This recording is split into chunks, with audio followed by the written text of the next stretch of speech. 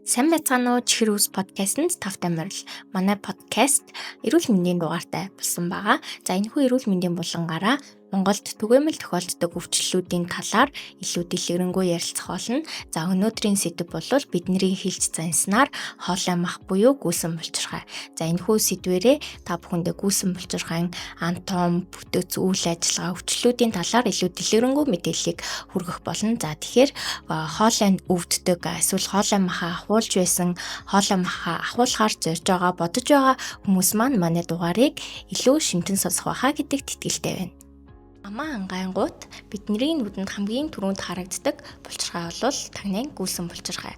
За хүмүүс зөвхөн энэ тагнайн гүйсэн булчирхайг хараад биднэрт 2 гүйсэн булчирхай байдгаа гэж боддог.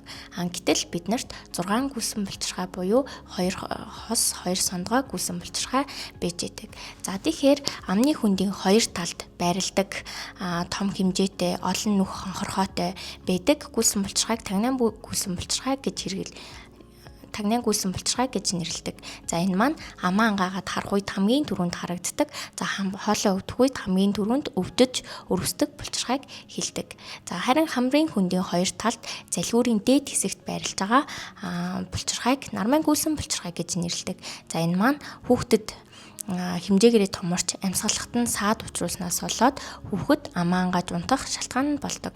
Нармай гүйсэн булчирхайн томорлыг аденоид гэж нэрлэдэг. Хилний өг хэсэгт байрладаг булчирхай буюу хилний гүйсэн булчирхай. Энэхүү булчирхай нь жижиг олон зангилаа хэлбэртэй байдаг.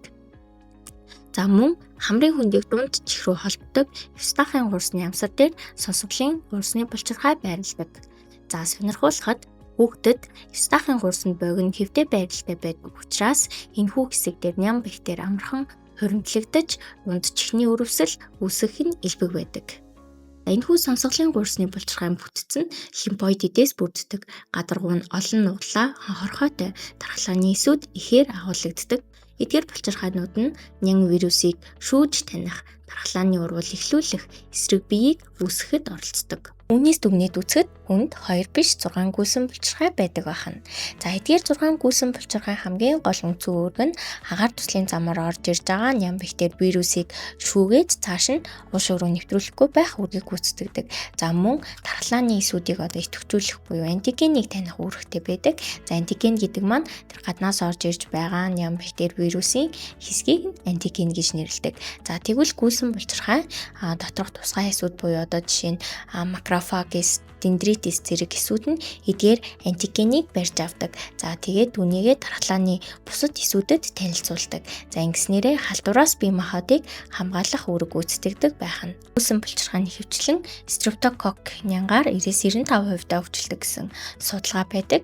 За эдгээр няна нь бол маш олон эрхтний өвчлөлийн шалтгаан болдог. За тагнайн гүйсэн булчирхайн томрлыг бол амны хөндий хүүхэн хилний зайнаас нь хамаарат 1, 2, 3 дугаар зэрэг гэж ангилдаг. За хэрвээ 3 дугаар зэргийн томролтой байх юм бол амьсгалын замд сааж учруулан амьсгал богдох аюултай байдаг учраас өрөсөхгүй байсан ч гэсэндээ эмгэг гипертрофи гэж үзээд мэсцлийн аргаар заавал ахуулах шаардлагатай гэж үздэг. Гүйсэн булчирхайн үндсэн үүргийг ойлгож мэдхийн тулд эртний антом, жимчнэр олон зуун жилийн турш ажиглалт судалгаа хийсэн байдаг. Гүйсэн булчирхайг анх судалсан хүмүүсийг эртний грекийн эмчнэр гэж үздэг. За манай эртний өмнөх 460-аас 370 оны үед анагаах ухааны загалмайсан эцэг хэмээн нэрлэгддэг Хиппократес хоолын өвчин, хавдар, өрөвслийн талаар бичигтэй бол гүйсэн булчирхайтай төстэй бүтц байгааг анзаарч тэмдэглэсэн байдаг. Гэхдээ тухайн үед бол яг тонзил буюу гүйсэн булчирхай гэж нэрлэегүй. Харин манай эртний 129-өөс 216 оны үеэр физикч, мэс засалч, философч эрдэмтэн Гален бүтцийн илүү системтэйгээр тайлбарлаад гүйсэн булчирхайг антомын хувьд тодорхойлон бичсэн байдаг.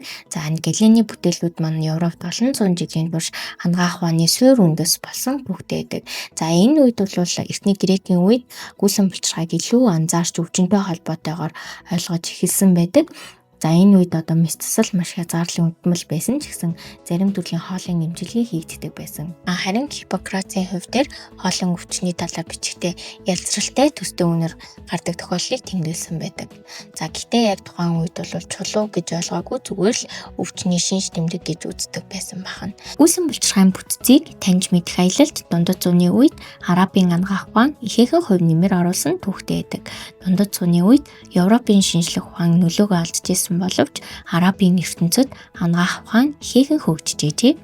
Манай эртний 980-аас 1037 оны үед Ив Сена хэмээх эрдэмтэн алдарт анагаах ухааны канон номонд гүйсэн булчирхайн үргэлжлэл хавдар эмчилгээний аргуудыг наривчлан бичсэн байт юм байна. За мөн хоолын булчирхайд идэ бохирдол хуримтлагдах тухай буюу тонзиллийн чулууны талаар бичсэн байдаг. Тонзиллийн чулуу гэдэг идэ халдварын үлдэгдэл бөгөөд амнаас гарах эвгүй үнэрийн шалтгаан нь ялцрал гэж үзэжсэн. За энэ үед бол гүйсэн булчирхайн өвчнийг онцлох эмчлэх арга хөгжиж эхэлжсэн. Эртний грекийн эмч нараас ирсэн мэдлэгийг хадгалж баяжуулж ирсэн байдаг. Сэргэн мандалтын үе буюу анагаах ухаанд хүний биеийн анатомийн бүтцийг судлах эхлэл тавигдсан. За 15-аас 15 дугаар зууны үед Европын шинжлэх ухаан эргээд сэргэж хүний биеийг задлан судлах боломж нээгдсэн байдаг. За 1514-өөс 1564 оны үед орчин үеийн анатомийн эцэг эгдэж байгаа Андрес Веселиус хэмээх эрдэмтэн The Humani Corporis Fabrica бүтээлдээ гүйсэн булчирхайг илүү тодорхой бодиттой зургаар төрсөлсөн байдаг. За энэ үед бол гүйсэн булчирхайг анатомийн тодорхой бүтц хэмээн баталгаажуулаад задлан шинжилгээд шинжлэх ухаанд нэвтэрсэн байдаг. За мөн энэ үед гүйсэн булчирхайд жижиг хонхор байдаг бөгөөд тэнд нь юм хуримтлагдаж болхийг ойлгож эхэлсэн байдаг. 17-аас 19-р зууны үе буюу энэ үед мис засал яг хөгжиж эхэлжсэн. За энэ үед бол гүйсэн булчирхайг авах мис засал буюу тонзиллэктоми хөгжиж эхэлжсэн байдаг. 17-р зууны үед бол эмчнэр гүйсэн булчирхайг тусгай багаж ашиглаад авах оролдлого хийж эхэлсэн бол 19-р зууны үед хариуцлал мэдээ алдуулалт хөгжснөөр мис засал илүү аюулгүй болсон байдаг. За энэ үед бол гүйсэн булчирхайг зөвхөн судлах бус эмчилгээ хийж эхлэх болсон. За мөн гүйсэн булчирхайн мис засал нь маш түгээмэл болсон байдаг.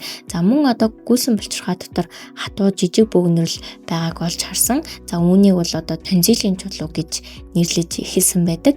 За энэхүү чулууны шалтгааныг бол хоолны үлдэгдэл, үхсэн эс, бактериуд нийлээд хатуу үнэртэй бөөгнөрл болдог хэмээн тайлбарлаж ирсэн байдаг. 20-р зууны үед анагаах ухаанд ихээхэн дэвшил гарч гүйсэн булчирхайн жинхэнэ үргийг нь ойлгож эхэлсэн буюу гүйсэн булчирхайн тархлааны үүрэгтэй тархлаа системийн нэг хэсэг болохыг тогтоосон байдаг. За энэ үед Walters ring хэмээх ойлголт гарч ирсэн. За энэхүү ойлголтоор бол хоолой орчмын хамгаалтын бүтцүүдийн цогцыг нь тайлбарлаж ирсэн. За 20-р зуунд өмнө нь бол гүйсэн булчирхайг илүү л хэрэгтэн гэж үздэг байсан бол 20-р зуунаас эхлээд халдвараас хамгаалах чухал үүрэгтэй гэдгийг нь ойлгосон байдаг. Мөн шинжлэх ухаан хөгжихийн хэрээр тонзиллийн чулуу нь зүгээр нэг идэ биш харин бактерийн бие бүрхүүл гэдэг нь тогтогдсон байдаг. Өмнө нь гүйсэн булчирхайг хэрэггүй өвдүүл шууд авдаг хэрэгтэн гэж үздэг байсан. Харин орчин үед бол анагаах ухаан илүү тэнцвэртэй нотлохоон суурилсан байдлаар ханддаг болсон баа.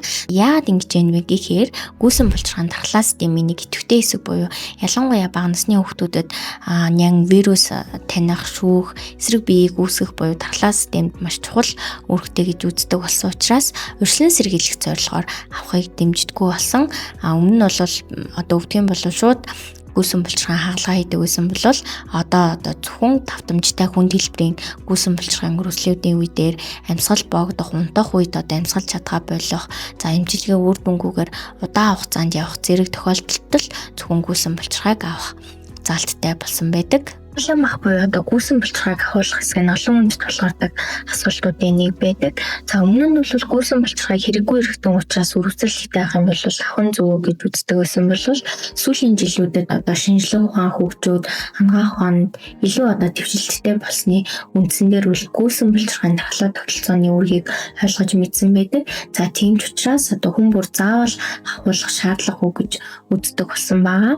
Гэхдээ бол жилд давтамжтай олон удаа гүйсэн булчирхайн үргэлжлэлээр өвдөх, хоолой мах хит томортой амьсгалахад саад учруулах унбах үед амьсгал тасалдах, эдийн дөрвсөл, буглаа үүсэх, эмийн эмчилгээ үр дүнгүй болж байгаа тохиолдолд эмчнэр авахыг зөвлөж байгаа. Харин ховорхон өвддөг, жилд 5-аас доош удаа өвддөг эмчилгээ маш сайн нөлөөлдөг бол за хэмжээ нь бол амьдралын чанарт сөрөг нөлөө үзүүлдэг тохиолдолд бол ахлааны үүргийг хадгалах нь илүү ашигтай байдаг учраас ер нь ахуулахыг зөвлөдөггүй. За мөн бага насны хүүхдэд гүйсэн булчирхайг авахыг дэмждэггүй болсон байгаа. За учир нь гэвэл гүйсэн булчирхай дархлаа системийн хамгийн чухал хэсгүүдийн нэг гэж явж байгаа. За мөн бага наснд гүйсэн булчирхайны вирусыг таньж сургах үүсдэг учраас шууд ахуулахыг яарахгүй байх хэрэгтэй. За үүнээс дүгнээд үзэхэд бол хоолой мах ахуулах шаардлагатайс нь тухайн хүний хүчлийн давтамж, шинж тэмдэг, амьдралын чанарт үзүүлэх нөлөөллөөс шууд хамаардаг. За тийм учраас та өөрөө заавал хоолой махыг ахуулах шаардлагатай гэж шийдэхээс илүүтэйгээр чих хамар хоолойн эмчэд үзүүлээд нарийн онцлогоо хийлгүүлснийхээ дараагаар авах хэсгээ тодорхойлох нь хамгийн зөв арга байдаг. Хоолойн хүлэмжлийг хизээ яаж хэрхэн хэрэглэж эхэлсэн байдаг вэ? Хэрвээ та хоолойн хүлэмжлийг сүүлдэл гарч ирсэн зүйл гэж боддог бол энд үрж байна. Учир нь хоолойн хүлэмжлийг эрт үеэс эхлэн хэрэглэж ирсэн байдаг.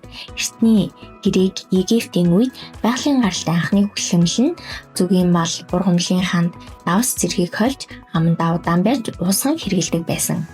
Анагаах ухааны өвөг эцэг хэмээн нэрлэгддэг Хиппократес нь хоолойн өвдөлтийг намдаахад зүгийн бал, бургамлын холимог хэрэглэхийг зөвлөсөн байдаг. Энэхүү шийдтний алгыг өнөөгийн хүлэмжийн анхны хэлбэр гэж үздэг. Харин дундад зууны үед пастилс буюу эмийн чихэр хэлбэрээр гаргаж ирсэн байдаг. За энэ үед бургамлын хандыг хөтгөрүүлээд жижиг шахмал чихэр мэт хэлбэртэй болгож хэрэглэж эхэлсэн байдаг. За үүнийг пастилс гэж нэрлэжсэн.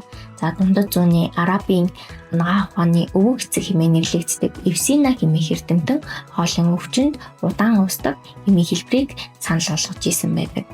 За энэ үед бол хоолойн хүлэмж нь удаан уусдаг хоолойд илүү удаан үйлчлэхэд илүү үр дүнтэй болж ирсэн байдаг. Харин 17-оос 18 дор зууны үед эмийн хэлбэр болж хөгжсөн байдаг. Энэ үед элсэн чихрийг ашиглаад илүү тогтвортой хадгалах боломжтой болгосон байдаг. За үүнийг лозенж гэж нэрлэдэг байсан багны. За эдгээр хоолойн хүлэмжийн давуу тал нь амт нь илүү сайжирсан, хүүхдэд хэрэглэхэд илүү тохиромжтой амар болсон байдаг. Харин 19-р зууны үед хоолойн хүлэмжийг их хэмжээтэйгээр үйлдвэрлэж эхэлсэн байдаг. Аж үйлдвэрийн хувьсгалын үед хүлэмжийг хэмжээгээр үйлдвэрлээд сав баглаа бодол хөтөл гарч ирсэн байдаг. За энэ үед ханиад хоолой өвдөлтөд хэрэглэдэг өргөн хэрэглээний бүтээгдэхүүн болсон байна. Харин 20-р зууны үед илүү судалгаа шинжилгээний суурилсан найрлагууд бий болж эхэлсэн. Орчин үед хоолойн хүлэмж нь илүү олон төрөлтэй, илүү хэрэглэхэд хялбар болж эхэлсэн. Өнөөгийн байдлаар хүлэмж нь хүүхдэд зориулсан ургамлын, эмийн найрлагатай давлаа дэмжих гэх мэт олон төрөлтэй болсон байдаг. За эдгээр нь хоолойн цахтаа намдаах, өвдөлтийг намдаах, ханиалга багасгах зэргээр хэрэглээ нь илүү өргөн хүрээнд болж ирсэн байдаг. Өнөөдрийнхөө подкастаар гүйсэн булчирхайн өвсөл буюу хоолойн ангийн талаар мэдээлэл хүргэсэн учраас хоолойн хүлэмжийн талаар бас мэдээлэл хүргэх нь зөв байх гэж бодож байна. За өнөөдрийнхөө подкастаар та бүхэндээ уламжлалт аюурведийн анагаах ухааны 5000 жилийн наав хаав болон орчин үеийн анагаах ухааны инновацийг шингэн бүтээсэн Ковлет хоолойн хүлэмжийг танилцуулъя. За Ковлет хоолойн хүлэмж нь найрлагандаа 6 төрлийн эмийн ургамал агуулж байгаа учраас нянгийн эсрэг үйлдэлтэй.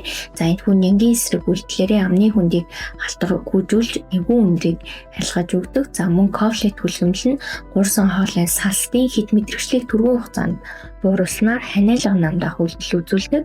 За мөн бүтээгдэхүүн ханиалгын үед бол харшлын эсрэг антиоксидант дархлаа дэмжих нөлөө үзүүлдэг. За мөн гүйсэн булчирхайн өвсөлт өвчнүүдийн үедэр хэсэг газрын өвдөлт намдаах, тайвшруулах үйлдэл үзүүлснээрээ хоолойн өвдөлт цатнаг намдаах, хөндөөрлөх зовирыг арилгах үйлдэл үзүүлдэг байх нэ. За эрт дээр үеэс бол манай монголчууд хоолой өвдөх үед бол янз янзын уламжлалт арга хэрэглэдэг байсан дээ. За зарим нь бол царангаар хамаа зайлдаг, зарим нь бол одоо эм нухаж цацдаг гэх мэтчлэн олон төрлийн арга хэмжээ авдаг байсан. Гэхдээ хоолоор одоо элдв бүсийн эм тэрхүү бол амгслын зэрэг антибиотик одоо цацаж хэрэглэх үзүү хоолойд одоо спирт за магадгүй өлөн шээсээр ч юм уу те арх гэх мэт зүйлээр жин тавих хоолойг одоо ямар нэгэн төмөр одоо эсвэл хумсаараа ч гэх юм уу эдэг нь авах гэж оролдох дур мэдэн одоо ийм шүршиж хэрэглэх ургамлын ханд цацах зэргийг бол хоригддаг. За учир нь буруу эмчлэгийг дур мэдэж хийсний улмаас гүйсэн булчиргаанд буглаа үүсээд зөвхөн амны хүндийн гүйс орчим гэхээс гадна бас хүзүүний чөлөөттэй цээжний хүн дээр орох тохиолдол цөөнгүй байдаг. За тийм учраас дур мэдэж гэрээ нөхцөл арга хэмжээ авах нь буруу байдаг. За тийм учраас та бүхэн маань заавал эмчит үзүүлээд одоо гүйсэн булчиргааны үргэлжлэлийн эсрэг эмчилгээ оншилгоогоо хийх хэрэгтэй.